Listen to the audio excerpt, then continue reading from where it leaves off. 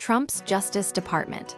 A shift from incompetence to potential danger. The departure of Attorney General Pam Bondi marks a turning point for the Trump administration's Justice Department.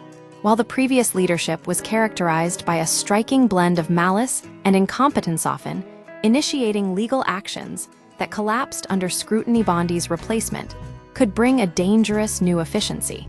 A history of failed overreach during her 15 months in office, Bondi repeatedly attempted to weaponize the Department of Justice against political opponents, only to see those efforts crumble due to poor legal execution.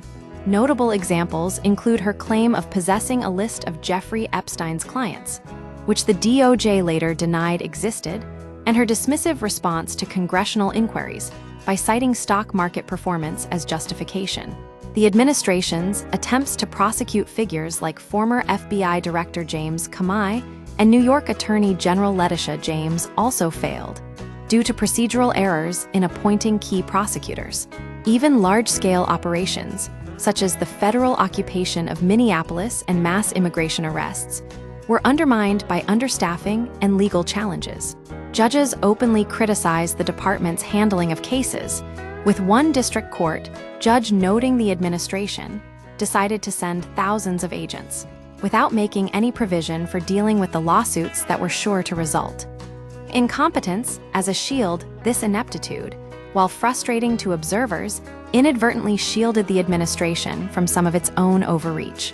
A Texas gerrymander, expected to secure more seats for the GOP, was initially struck down due to a letter from Bondi's office containing factual, legal, and typographical errors.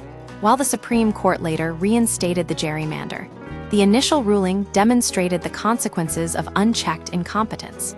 The threat of competence, the real danger, now lies in the possibility that Bondi will be replaced by a skilled and ruthless advocate.